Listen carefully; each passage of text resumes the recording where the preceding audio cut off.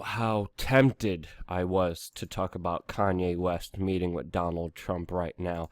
So I was going to get all the views all over YouTube breaking the story, but then I thought this story has no substance. This is a mainstream media distraction from actual things that are important, such as Aleppo. Aleppo is trending right now for a very specific reason. There's a lot of disinformation propaganda out there by the mainstream media, by the same forces who created this mess.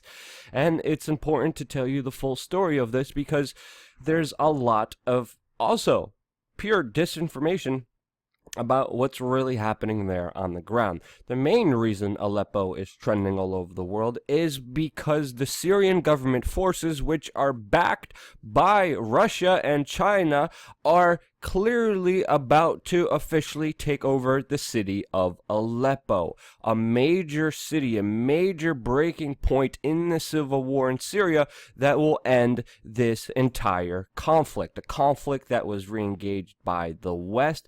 And with Assad having victory, the West and the mainstream media are freaking out in full hysteria with a lot of biased information meant to emotionally manipulate you. As you could see here, New York Times, complete meltdown of humanity. Civilians die in fight for eastern Aleppo. Aleppo civilians facing dead plead, "Oh God, help us." Again, more emotional pleads. There's a UN report going around right now that many people are saying is actually fake news, but they're saying that 82 civilians were shot on the spot by pro-Syrian government forces inside of the city of Aleppo. We are seeing as if there was doom and gloom in the entire city of Aleppo, but there's actual video inside of Syria of Syrians celebrating in Aleppo with the government taking back the city from the rebels that have held it for years now. You're not getting this side of the story by the American mainstream media, and you're also not getting the side of the story of the atrocities and the horrible human rights violations that the rebels are committing. Now, obviously, in any war, there's human rights violations and criminal acts committed on both sides. There's no denying that. But for the mainstream media to only highlight one aspect of it and not highlight the other is outright propaganda, and that's why we're here to break it down. We have Syrian girl who reported that, the BBC, all the way in the bottom of the article, is only reporting then that the Syrian rebels are the ones who are actually firing on civilians trying to escape the city.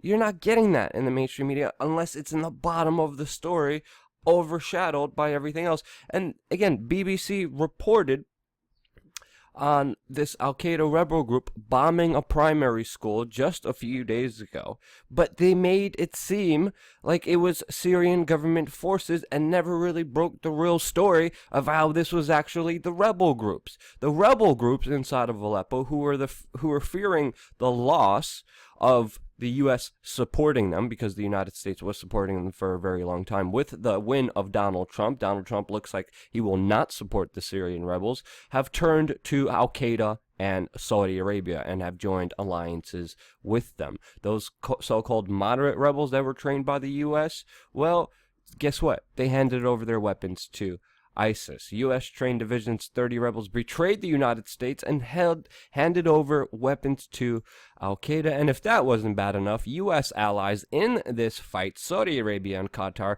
were financing and funding ISIS. And so was the United States through their rebel program. We have CIA-backed rebels fighting Pentagon-backed rebels, and it was an utter chaotic mess with the United States' prime objective was getting rid of Bashar al-Assad. And now these Syrian rebels are in talks with John Kerry, the Secretary of State, currently right now, about their surrender and evacuation. The United States has been pushing for a no-fly zone, risking a full World War III scenario with Russia weeks ago, mainly because many military analysts saw this fall of Aleppo happening, and if Aleppo falls, the Syrian civil war is nearly completely over, and the U.S. prime objective of getting rid of Bashar al-Assad is over. The clear losers here are the U.S. allies: Turkey, Saudi Arabia, Qatar, Israel, and of course the United States, who wanted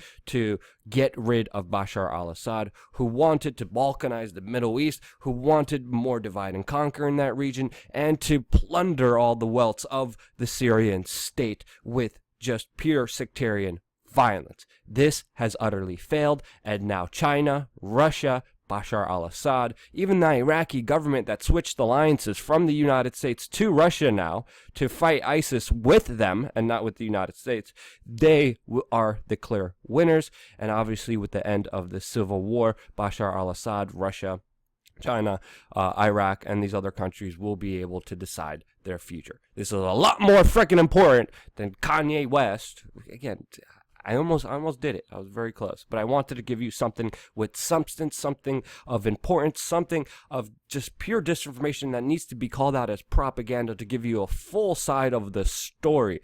War crimes and atrocities do happen. They're freaking out right now because the civil war is finally looking like it will end, and the government forces in Syria are winning. Huge, important, breaking news. I know it's not Kanye. Goddamn, I should probably just change the title. It doesn't matter. Again, you're watching independent, unfiltered news supported by you because it's made by you and your donations on patreon.com/WeAreChange. Subscribe. We're going to have a lot more information coming here your way on youtube.com/WeAreChange.